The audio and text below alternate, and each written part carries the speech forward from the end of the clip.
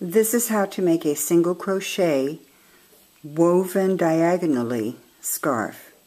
Now for this scarf I used a baby yarn that I had left in my stash, and it's a 3 lightweight, but because a single crochet can be a little stiff and I wanted to make sure it was very soft, instead of the G hook I used an H hook. Now depending on your yarn you might want to bump it up to an I hook, because it's very important for it to be soft and flexible. Again, using your stash is a good way to use it up, because I used the pink that I had left over, so I used a solid base. However, you could obviously make it stripes using whatever colors you have left over. Now to begin, the pattern is 6 plus 5.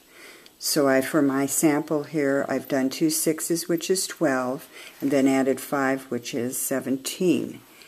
And I want to make sure I have a nice clean edge on the bottom, the nice chain stitch, because I don't want to do a finish on it.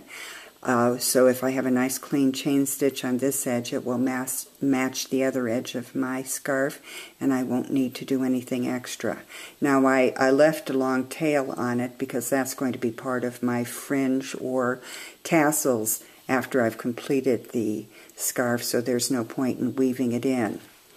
So to begin, I'm going to skip my first chain, and I'm going to work in the back loop. Now again, I want that flat chain edge, and I can see where it is by turning it sideways. I can see where that next loop is, so back loop is. So I'm skipping the first one, and I'm inserting my hook under that back loop, doing a yarn over, pulling it through. Now I'm ready to do my single crochet, yarn over and pull through. I am using a heavier yarn than I would for actually making the scarf, but hopefully it would be easier to see. And I'm going to do another one going under that back loop, yarn over, pull it through, yarn over and pull through to make your single crochet. Now I can easily see when I hold it sideways where those back loops are. However, if you're having a problem, Lily Chin has a really nice technique that she shows in her DVD, and it may be probably in one of her books also, where she weaves an extra piece of yarn, different color through, so it's easier to see. And I'm just going to do one more just for a demonstration.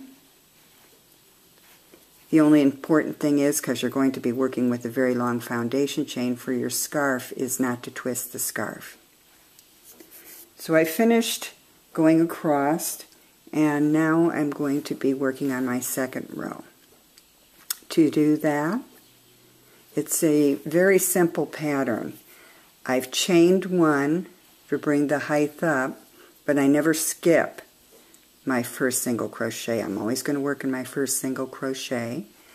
So I'm going under the top 2 loops, insert your hook under the top 2 loops, yarn over, pull through, yarn over and pull through. So I'm just completing single crochets, and I'm going to make 4 of them. One more here, yarn over, or hook inserted under the top 2 chains, yarn over, pull through, yarn over, pull through. So the pattern is 4 single crochets, and then we're going to chain 2 and skip 2. So I'm chaining 2, I'm making my space now for the weaving to come through, and I'm going to skip 2 single crochets and make my next single crochet. And again, I'm going to be working 4 single crochets, and then I will chain 2, chain 2, skip 2, and finish off with your 4 single crochets. Now this is a simple pattern to remember, and there's just going to be a little variation when we get to the next, I'll call them lace rows.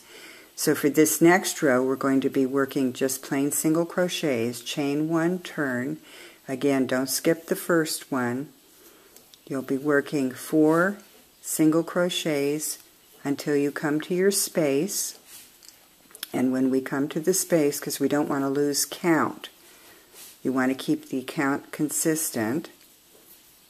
So we will be working 2 single crochets in that space. So now you have your 6 count again. And I'm going to continue down the row, working single crochets. And when you get to the end of the row, I've got my space again, so it's 2 single crochets in that space. And I got a knot there. Finish off the row with your 4 single crochets, and you can see you have, I'll call it a lace row, where you have the little eye holes for the weaving.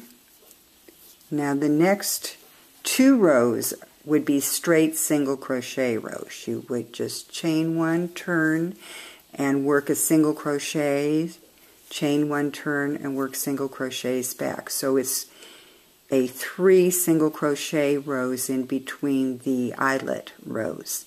Now this is the only difference. The first row, or first eyelet row, we had single crocheted 4 and did our 2 chain space.